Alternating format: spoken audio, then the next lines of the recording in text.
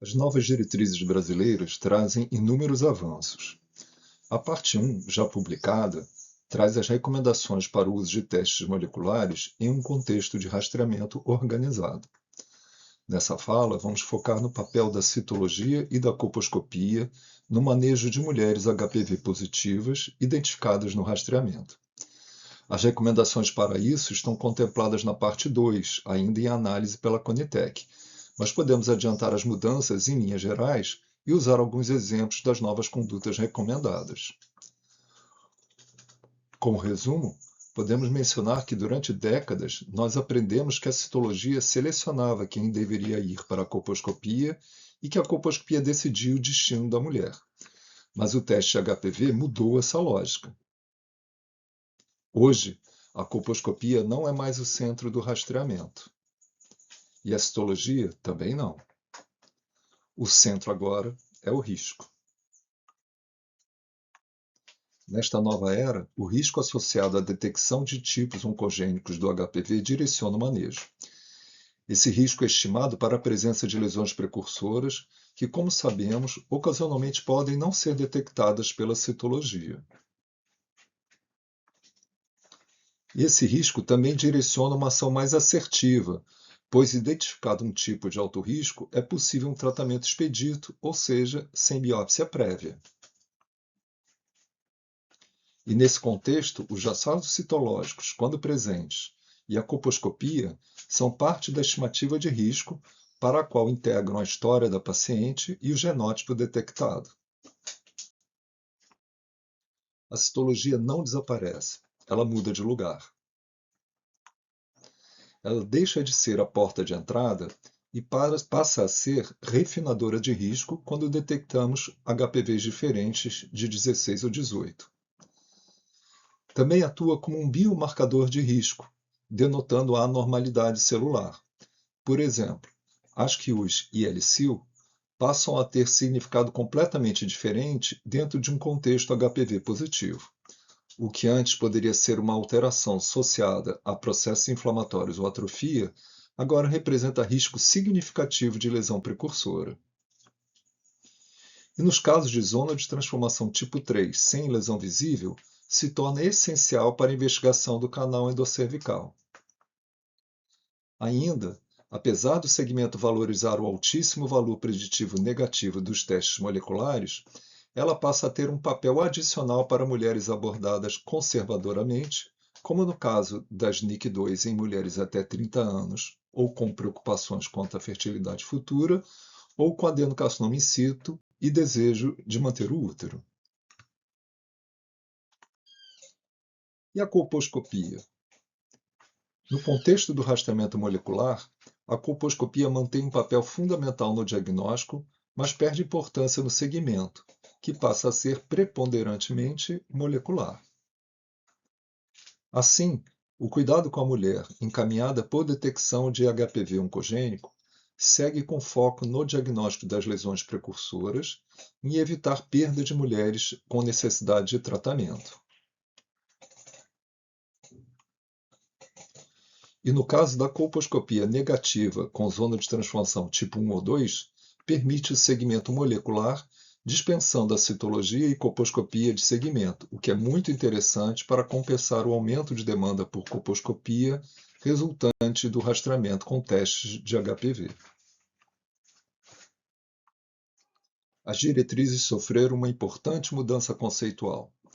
Elas deixam de ser organizadas apenas por resultado de exame e passam a ser organizadas por risco estimado de lesões precursoras em função dos achados colposcópicos.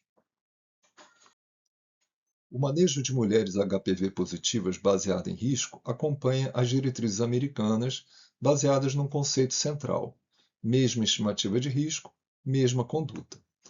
A diretriz da SCCP, publicada por um grande grupo em 2020, baseia condutas no risco estimado de NIC3 em milhões de exames do Kaiser Permanente Northern California, seja no momento do rastreamento, seja nos 5 anos seguintes, e propôs os limiares de ação clínica.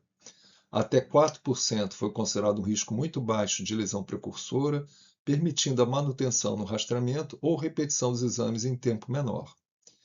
Entre 4% e 24% foi considerado um risco significativo, de tal modo que a colposcopia deve ser realizada. Entre 25% e 59% foi considerado um risco moderado, sendo necessária a colposcopia e possivelmente tratamento expedito, sem biópsia prévia. Já nas situações em que o risco de NIC3 é igual ou maior do que 60%, o recomendado é o tratamento expedito. Para conhecermos o risco estimado de lesões precursoras em cada situação clínica, foram considerados esses 3 artigos. Um deles é uma meta-análise e os outros 2 utilizam dados do Kaiser permanente. Como seria impossível trazer aqui mais de 200 recomendações propostas na nova diretriz, trago alguns exemplos de situações clínicas e novas condutas recomendadas em função do risco de presença de lesão precursora. Por exemplo, nessa primeira situação, na presença de HPV diferente 16-18, citologia ASCII-US ou LCIL, colposcopia normal ou com achados menores, zona de transformação tipo 1 ou 2, ou seja, JEC completamente visível, e biópsia negativa, ou LCIL, é classificado como uma situação de baixo risco. A conduta passa a ser repetir o teste de DNA-HPV em 12 meses, se negativo, retorno ao rastreamento em 5 anos. Nessa situação, a citologia passa a modular o risco e evitar excesso de intervenção. Nessa outra situação, na presença de HPV 16 e 18, colposcopia normal com achado menor e zona de transformação tipo 3, ou seja, JEC não completamente visível, é considerado um risco intermediário, o escovado endocervical é mandatório e, se negativo, é mandatório um segmento molecular criterioso. A colposcopia normal deixa de excluir um risco relevante. Nessa outra situação, na presença de HPV 16, diferente 16 e 18, com citologia ASC-H, HCIL, colposcopia normal ou com achado menor e persistência desses achados durante o segmento, representa um risco intermediário ou alto, é recomendado um segmento intensivo e excisão na persistência de alteração citológica ou persistência viral, e que ela exemplifica que a persistência biológica supera a aparência colposcópica isolada. Nesse outro exemplo, na presença de HPV 16, 18 e achado colposcópico normal, implica em alto risco e a recomendação é o tratamento excisional expedito, triar e tratar. Isso integra o risco viral e a impressão colposcópica. E nessa última situação, uma situação pós-tratamento de lesão de alto grau com teste negativo de segmento, implica em baixo risco residual e a recomendação é um retorno progressivo ao rastreamento baseado em teste de HPV. E essa situação exemplifica que o segmento passa a ser mais molecular e menos centrado na colposcopia. Em resumo, podemos afirmar que as situações de baixo risco de presença de lesão precursora demandam vigilância. Situações de risco intermediário demandam vigilância ou tratamento, na dependência do histórico da paciente e da dúvida de adesão a um segmento criterioso. E nos casos de alto risco, é recomendado o tratamento. O que se deseja evitar nos casos de baixo risco é o tratamento desnecessário.